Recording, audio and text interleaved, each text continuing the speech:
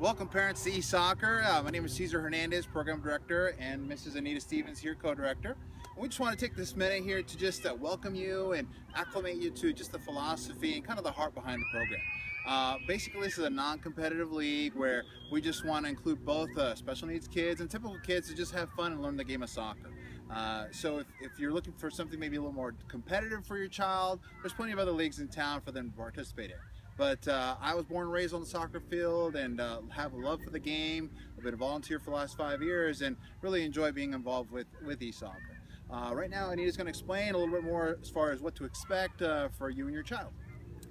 All right, well, we're excited to have you here, and one of the big things with eSoccer is the fact of inclusion.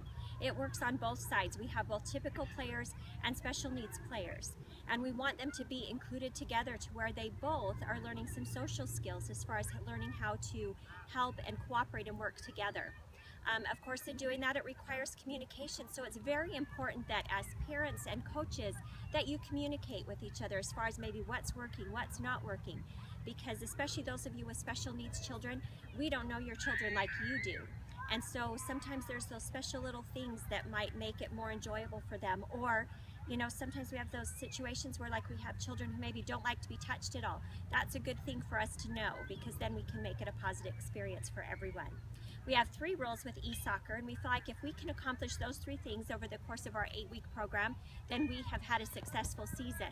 Our first rule is no hands, and of course that's a very common thing for soccer. Is we play soccer with our feet and not our hands, but it's also a safety issue, because if your child's reaching down to grab a ball with their hands while someone else is kicking, they could very well get kicked in the hand, which doesn't feel very good. They might even get kicked in the face. So we want them to learn that it's only with their feet, not with their hands. Our rule number 2 is to follow directions. Again, it's partially a safety issue. If we've got 10 kids out there and they're all running 50 different directions, it gets hard to kind of control that. So we want them to learn to follow the directions and be able to, if we say stop, and things that they can do that. And I'll give you some little skills that you can do as coaches later that will help with that. And our third rule is just to have fun, because that's really what eSoccer is about, is for everybody to be able to come together and have an enjoyable experience, for you as parents to be able to just sit back and for an hour be able to watch your child enjoy themselves and be able to participate in an activity that they may not otherwise be able to do so. See you out there.